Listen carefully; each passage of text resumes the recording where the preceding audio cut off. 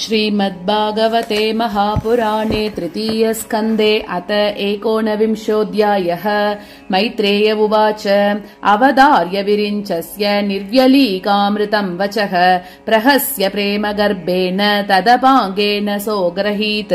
ततः स पत्नं मुकदः चरन्तं मकुतो भयं जगानोत्पत्य गदया हनौ असुरमक्षजः साहता तेन गदया विहता भगवत्करात् विगूर्णिता पदद्रेजे तदद्भुतम् इवाभवत् स तदा लब्धतीर्थोऽभि न बबाते निरायुधम् मानयन् समृदे धर्मम् विश्वक्सेनम् प्रकोपयन् गदायामपविद्धायाम् हाहाकारे विनिर्गते मानयामास तद्धर्मम् सुनाभम् चास्मरत् विभुः तं व्यग्रचक्रं तिदिपुत्रादमेन स्वभार्षदमुख्येन विषज्यमानं चित्रावाचो तत्विदां केचराणां तत्रास्मासन् स्वस्तिते मुञ्जहीति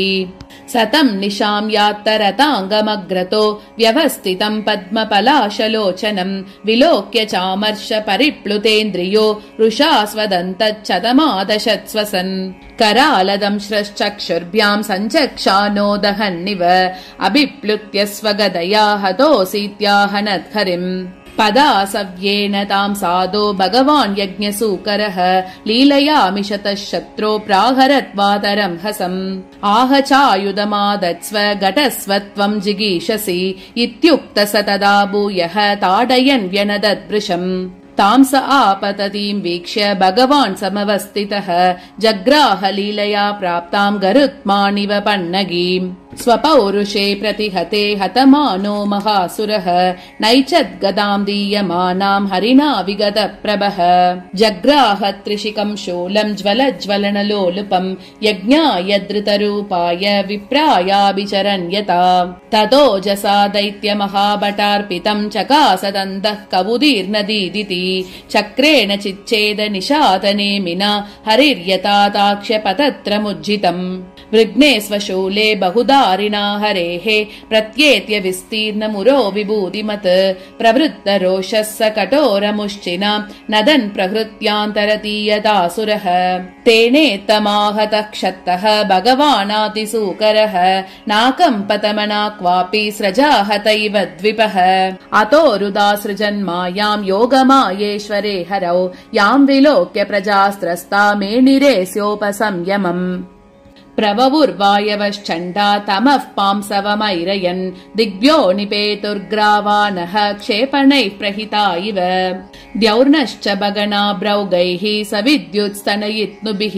वर्षद्भिः पूयकेशासृक् विन्मुद्रास्दीनि चासकृत्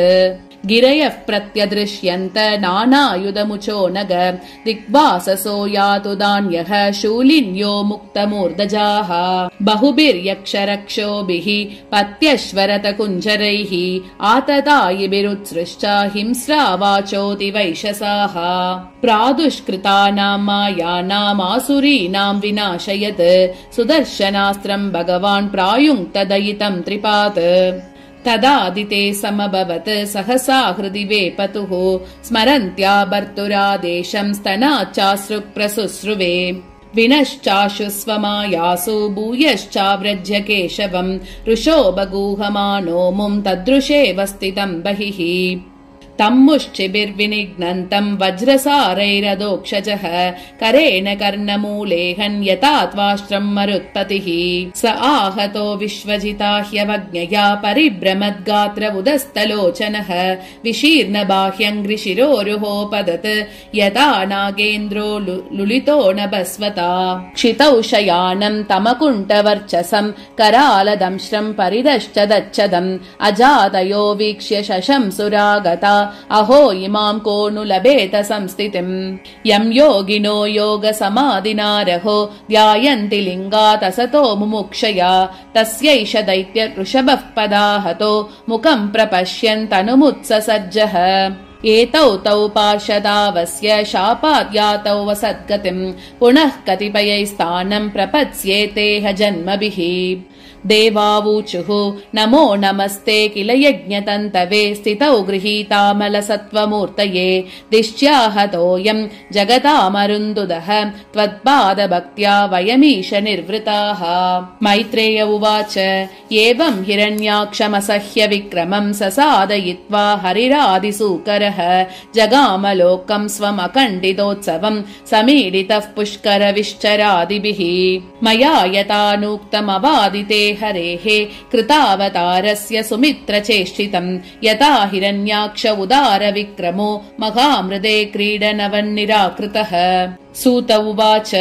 इति कौशारवाक्यातामाश्रुत्य भगवत्कथाम् क्षत्तानन्दम् परम् लेभे महाभागवतो द्विज।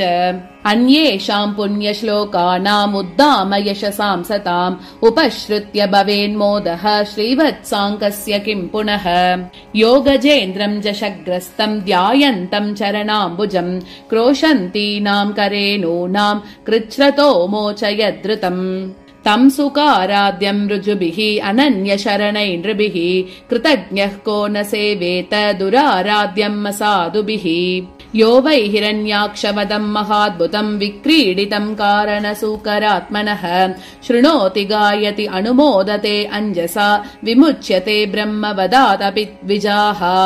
एतन्महापुण्यमलम् पवित्रम् धन्यम् यशस्यम् पदमायुराशिषाम् प्राणेन्द्रियाणाम् युधि शौर्यवर्धनम् नारायणोऽन्ते गतिरङ्गशृण्वताम्। इति श्रीमद्भागवते महापुराणे पारमहंस्याम् संहितायाम् तृतीयस्कन्धे हिरण्याक्षवधो नाम 19विंशोऽध्यायः।